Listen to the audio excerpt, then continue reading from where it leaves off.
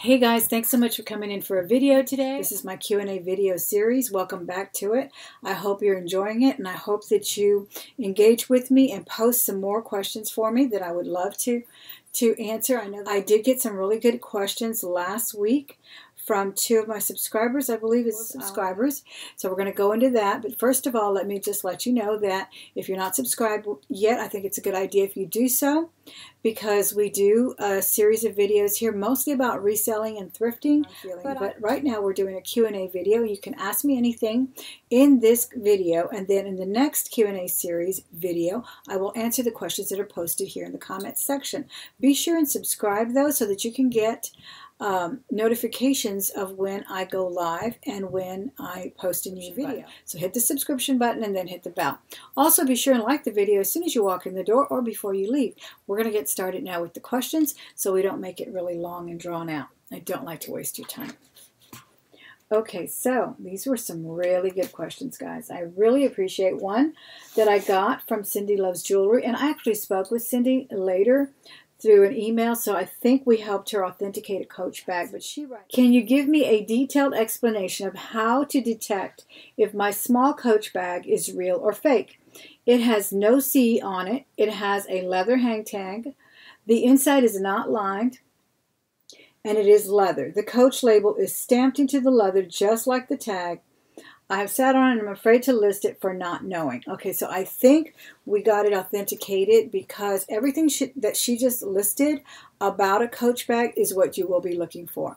You'll be looking for, especially the vintage ones, the vintage all leather Coaches are not lined. You'll see that rough nap on the inside. You'll maybe see a seam, and you will see that creed, as they call it. Now, there are ways that you can authenticate, even, I believe, the year that it came out if you do the creeds, but the creeds are always changing. Even eBay has advised not to depend on the creed. The only thing they say that you can depend about the creed is that it's going to change. So I have found that the messenger bags like this is a reissue, and I'll show you this in more detail in my handbag haul. But the reissues no longer say on the inside of the creed, they no longer say that they're made in the United States. Sometimes they say where they were made, but I think they may have been getting a little bit of backlash for that, or maybe slower sales. Maybe people really didn't like buying the bag that was made in Puerto Rico or Vietnam or whatever. So now I noticed in this creed it actually says only that it's made of high quality pure cowhide leather and so forth and so on, quality materials, and that any imperfections or marks that you may see on the leather are actually hallmarks of the skin itself. So it actually goes into an explanation on that. But you were totally right to look for what you did look for. Also, you might want to look for the YKK zippers that are on the Coaches, usually on the vintage. And they are also on a lot of other high quality bags, so don't just think that only on Coach. But you did the right thing. Another thing I would have mentioned also is to look for the hardware, because the hardware, especially in the older ones, is going to be brass, and it's going to be heavier. It's going to just look a lot nicer. It will have some tarnish. If it's an older bag, it can tarnish, so it's not going to eliminate that. And it may look really gold tone in the beginning, but then it gets on a little bit richer patina. So that's about the only thing I can say about that. Also, I have found that the fake Coach bags in leather are usually heavier. They're oftentimes made with a cruder hide, and they're extremely heavy. The stitching is going to not be as pretty as something that is made with a little bit more care, as a genuine bag always is. So look for that stitching. Make sure that it's not, crooked or missing a seam or anything like that, because these bags, I'm telling you, I have some that are over 30 years old and they hold up because they're made very, very well. And your counterfeit is always going to compromise on quality and materials, on workmanship and materials rather, especially in the older bags that were counterfeited to look like these classic messengers and satchels, and I think they have a bucket bag. They have quite a few styles. Of course, there's a lot of sites that you can even Google search images and just look at the different styles that Coach has had throughout the years. Another thing I will say, and this was really brought to mind last night when I was watching Nikki's List It or Ditch It show, because they were trying to and I watched it on the rerun. I watched it in the beginning, and then they lost the stream, and they had to come back, and then I had to go finish supper and everything. But when I watched it again on the second replay, they were talking to the lady that was trying to figure out if her Dooney and Burke was fake. And I could tell right off the screen that it was indeed genuine. Moreover, and this holds true with Coach, I could tell because of the style. Because counterfeiters love to knock off, love to steal. To me, it's not even knocking off. They're stealing the design of the hottest trend. So anything that's been revolutionary, anything that has changed the trend, you'll see a prolific amount of them. Everyone will be sporting them. That's what they're going to counterfeit because they know that that's what people want. That's what they're selling. That's what's on the market. That's what everybody's sporting, including the 5th graders. So that's what they're going to counterfeit. They have not counterfeited a Dooney and Burke since the all-weather leather and the canvas, multicolored with the little hearts that say D&B and all of that. And I think it was the coated canvas and mostly in multicolored, really pretty pastel shades. That was the last time that they have really, really counterfeited Dooney and Burke. So the same thing with Coach. When Coach revolutionized the style, came out with something that you were seeing everywhere, it was the C logo all over with the fabric. Those are the ones that you're going to often find are fake. You will Coach as well, the little this little stagecoach, so they would put it in a big logo in the front. That was counterfeited a lot as well. But these classic bags are pretty easy to detect by different ways that we just talked about. But also the newer ones, they had already gone through their phase of being counterfeited for the classic back in like the 80s and so forth. So when they came out with the reissues, they really weren't counterfeited anymore in those styles. They were counterfeited in the C logos, in the big Coach logos, and the metallics, and just all kinds of other styles that were being. So always have to keep your eye on trends. What is the latest trend in that bag? That is the one that's likely to be counterfeited. So again, back to that purse that we were watching last night, that was on last night. I could tell that it was real because of the style, first and foremost, because that was not a very popular style. It's a beautiful purse, really, really nice, but it was not the trendy style of Dooney and Burke as was the all-weather leather with the duck logo or the hearts with the multicolor coated canvas.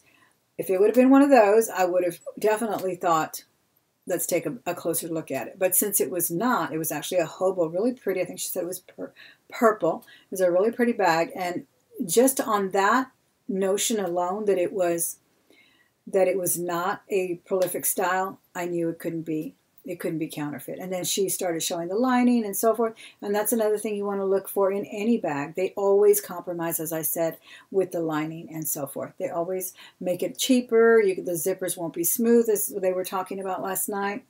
And of course, the fraying. That's another thing you always want to look for in a leather bag. They don't get finished off, so they'll start fraying here. Again, they have to compromise somewhere. The stitching, you'll see it start to fray. Also with the fake leather, which is what they use a lot in the Coach bags, in the fake Coach bags, these little seams right here, they'll start cracking and actually peeling. If you just look a little bit closer, maybe even rub it, you can almost rub it off. Especially with the metallics and those kinds of different finishes, when it's not just the natural polished leather, but more of a color added to it. That color, if it's not done well, and like I said, if it's not done well, and like I said, the counterfeiters have to compromise somewhere. Guys, please forgive me for me messing with my hair. It is rainy and horrible outside, and my hair went like this, and it's just horrible. But I wanted to come on here and get my questions answered. Before I move on to the other question, let me just show you this beautiful necklace one of my subscribers sent me. She was so sweet to send this to me. She said that I had actually hauled a bracelet that was made out of absolutely the same color, and it did match absolutely perfectly. So I thought I would wear it tonight. I thought it's really pretty. It's almost like a scarf. Isn't that nice? I love it. Okay, and another thing I wanted to show you, I got a ring from Poshmark, and I'm not going to show you the ring right now because I'm wearing it actually, but I love the way she packaged it. Look at this tiny little suede bag, and then she had this little tag attached to the ring, and then it was dangling out from here. And I just thought that was such a cute idea. I thought I would share it with you. And she just wrote thank you with a little smile there. I thought that was really, really different and cute. So I may have to steal that idea. And then these little tags are probably pretty inexpensive. Instead of having to put a big bulky card or even those smaller cards, you know, you have to figure out where to put it in the tissue and everything. So anyway, I digress, but I thought that was really cute and I wanted to share that with you. Now we're going to go on to, I believe and I hope that I answered all that question. If there is any more that I may have left out or that I didn't elaborate enough or didn't clarify, please post that question again or post any question concerning that. Now this question is from Tam's Place, and she asked me a wonderful question last time, so keep them coming, Tammy. Keep them coming, Tammy. I really appreciate your questions. Okay, she says, thank you so much for answering my questions. I just started selling on Posh, so I have another question. How long have you been selling on Posh? I may have to write these down or come back because I'll forget some of them. How long have you been selling on Posh? How long did it take you to start selling consistently on there? And how many items do you have listed? How did you gain your knowledge to know what sells and what doesn't? Do you sell many different items in different sizes, or do you have a personal style? Well, I'll answer the first question. I've been selling on there since they started. I think it was 2011. And I didn't really start selling a lot on there because I was still kind of just dipping my toes in, you know, and I put a Prada skirt, but that's all I put. And it took a while to sell. I think it wasn't until I put 2 or 3 more things that Prada skirt sold. So then I dropped out of there for a little while anyway. I didn't really pay very much attention to about 5 years ago. I started listing more. And when I started listing more is when I started selling more consistently, really. I think I have 500 items up there. At least that's what it says on my profile. A lot of those have been sold. I don't delete everything that's been sold. So I really don't have an accurate calculation, but I would say at least 300 items. Most of them I try to delete, especially when they've already sold on another platform and everything. So, but then again, sometimes I just put sold on them, so I'll know. But you know what? Watch it with that, guys. If you don't want to delete them, be careful because people have bought items that actually say sold. So I'm going to start deleting them all. But I would say, honestly, I would say I have about 300 to 350 maybe items in there. And then let me see what else. I started selling consistently on there about 2 or 3 years ago. And to me, consistently, I'm a part-time seller, so I don't spend every waking moment listing and listing here, listing there, sharing there. But I still sell maybe 6 things a month. And I think that's pretty good considering if I'm not selling there, I'm selling on eBay. If I'm not selling there, I'm selling on Etsy. If I'm not selling there, I'm selling on Amazon. But I gained my knowledge, I think, just from the fact that I happen to really like fashion.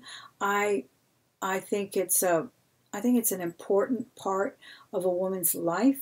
I know a lot of people don't feel that way. Some people are comfortable in a t-shirt and jeans every day of their lives, and that's fine. But to me, I think an outfit makes your mood, and I've just always felt that it's important to dress well, to dress well, or to dress tacky, or to dress gaudy, or to dress the way you want to dress.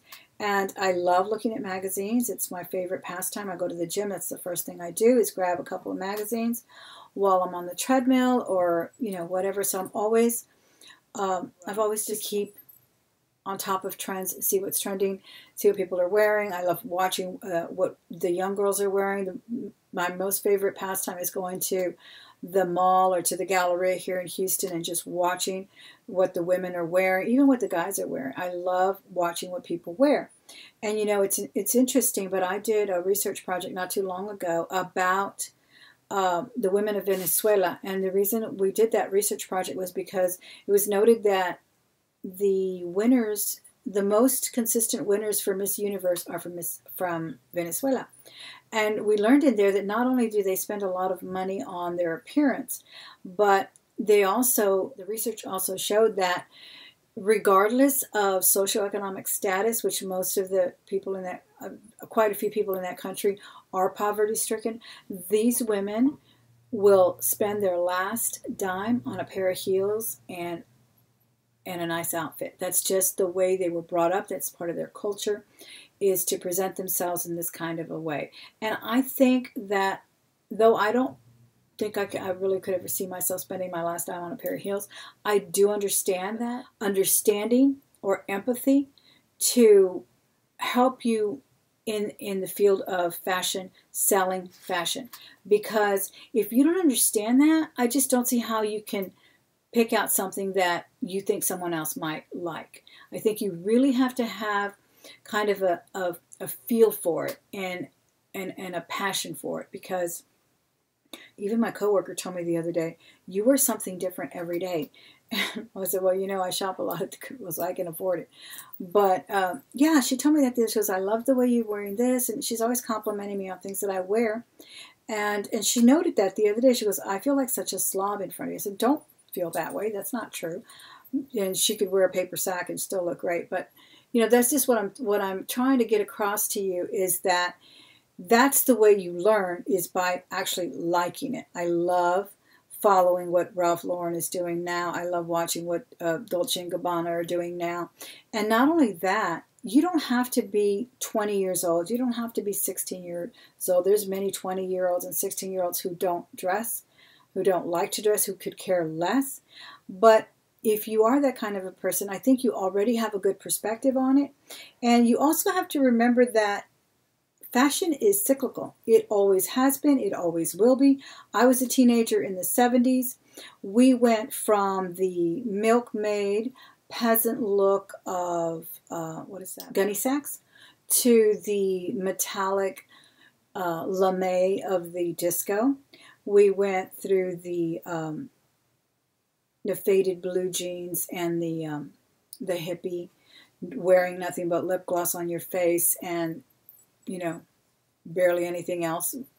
That's the phases of the 70s. They're back. You just have to look through a magazine. You'll see the same thing. You'll see the faded jeans. You'll see the really high fashion jeans, like the cigarette jeans and the dark jeans. All of that just goes in cycles. It really does. It comes back. Betsy Johnson has made a living just regurgitating the looks from the 70s. And even in the 70s, we regurgitated the looks of the 40s. We had the ankle strap high heels. We had the burgundy lipstick. We had the big shoulders, you know, the sweetheart neckline. It just comes in cycles, and it always will. And if you just can remember that, even though you're 40 or 50 or 60 years old, you can remember. And if you liked it, because if you didn't like fashion then, you won't like it now, and you're really in the wrong business. So that's all I can say today, I guess, guys, is that I hope I answered all of Tammy's questions. And also, you know, I also learned not just about fashion and what sells, but I love to watch the YouTube women that are picking up brands of clothing. I love to know what Love Always Stephanie picks up. She's a fashion maven. She's a young girl out of Miami. It's a great channel that she has. And she knows the styles. She knows what's selling in her neck of the woods in Miami, with all the glam that, you know, the reputation of glam that they have, the styles that are trendy in that part of the region. I love watching what has happened. It's going to happen again. Pointed toes, they come, they go. You see them still on the runways. Knee-high boots, they come, they go. You see them still on the runways. Yeah, I think that's all I was going to say about that. And then you just learn from experience. Like I spoke in my last haul about Lululemon. I cannot sell Lululemon on eBay. For some reason, it just won't sell for me. And as soon as I put it up on Posh, I'll get offers, I'll get likes. And not only that, but the size. It depends on the size. Lululemon sells consistently in small sizes. I cannot sell it in a larger size. I don't know why. And as far as any other sizes, I have dabbled in selling plus sizes, but I found I found that I wasn't as successful at it as I want it to be. The only thing that I think I will still pick up in plus sizes is probably jackets and coats. I do have a plus size mannequin, so that was great, but she's kind of cumbersome to dress and undress. And then the clothing, I just found it difficult to photograph for instance, the jeans and things like that were a little bit more difficult to photograph for me, so I kind of went back to regular sizes. But there's definitely money in plus sizes, as you may know from your experience. There's definitely money in plus sizes. People that wear plus sizes want to dress. They want to dress nice. Some of them don't like shopping, but they know their size, they know their style, they know their brand, and they go on eBay, Posh, and so forth to buy it. So definitely look into whatever it is that you're successful at and that you actually have a passion for. Like I said, if you have never cared for fashion, why would you want to sell it? You know, I think that's the way you learn. But anyway, guys, that's the end of this Q&A. I hope you enjoyed it. And please, please, please post more questions here in this video in the comments section. Don't forget to give me a like before you leave. Give me a thumbs up. And don't forget to hit the bell to subscribe. Please come back again. I've got some wonderful jewelry hauls for you. I have one that came to me from Chicago. So I was so happy to get that. And I have got I've contacted and contracted my son to start looking for jewelry jars for me in Chicago, because I had really great success with the ones that I picked up, and they were so inexpensive. They were less than $10. So I'm really, really excited to bring you those as well. Plus, we're really getting close to that next milestone when I'm going to give away one of these jewelry bags. So probably when I go live again, we'll talk about that contest. So guys, I'm going to let you go. Thank you so much for being here. Thank you for the questions. Don't forget to ask more. And I appreciate everything that you do for this channel. Thank you. Bye-bye.